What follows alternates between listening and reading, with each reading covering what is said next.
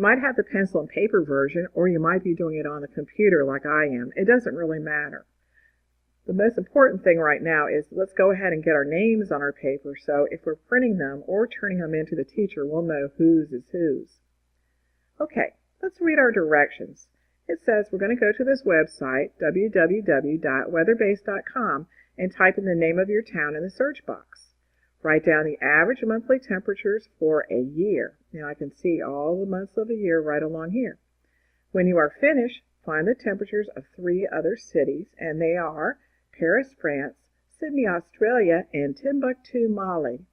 Okay, so the first thing I'm going to do is I'm going to go ahead and put the name of my town in here. If you're doing the pencil and paper version, just write it underneath the words my town.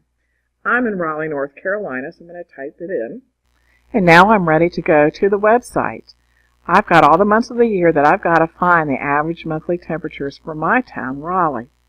Okay, so here's the website called weatherbase.com, and you can get all kinds of information. If you have some free time, you ought to try exploring it. What I'm going to do is up here in the search box, I'm going to go ahead and type, and see that I've done this before. I'm going to type Raleigh, and I'm going to click magnifying glass. And I came up with several different results. It's really important to check them out.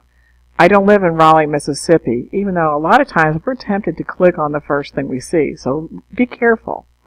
I see some North Carolina Raleighs, and I actually see some other places in West Virginia. I'm not sure where they came from, but here is plain old Raleigh, North Carolina, so I'm going to go ahead and click on it, and I can see the current weather conditions. It's going to be a beautiful day today, and lots of information about Raleigh.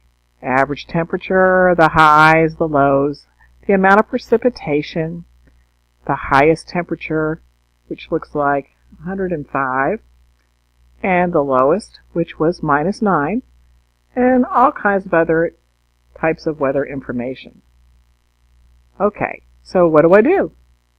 Well, that's easy peasy. What I need to do is take the temperatures from January through December and get them over onto my data sheet.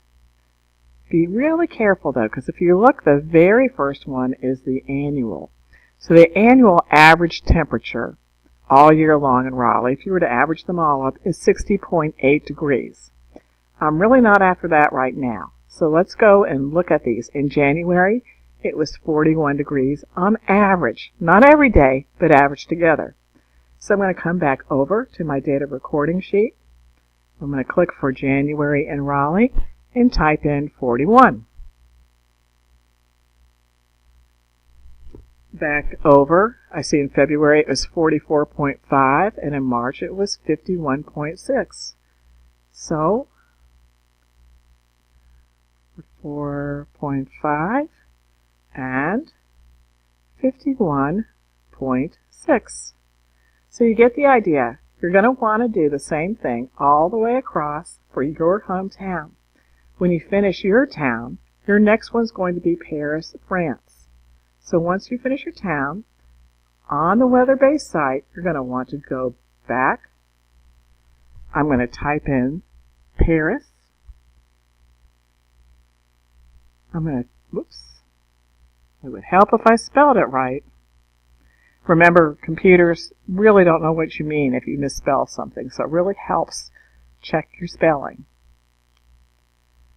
Okay, and I see lots of Parises. Did you know there's a Paris, Illinois and a Paris, Indiana? But we want Paris, France.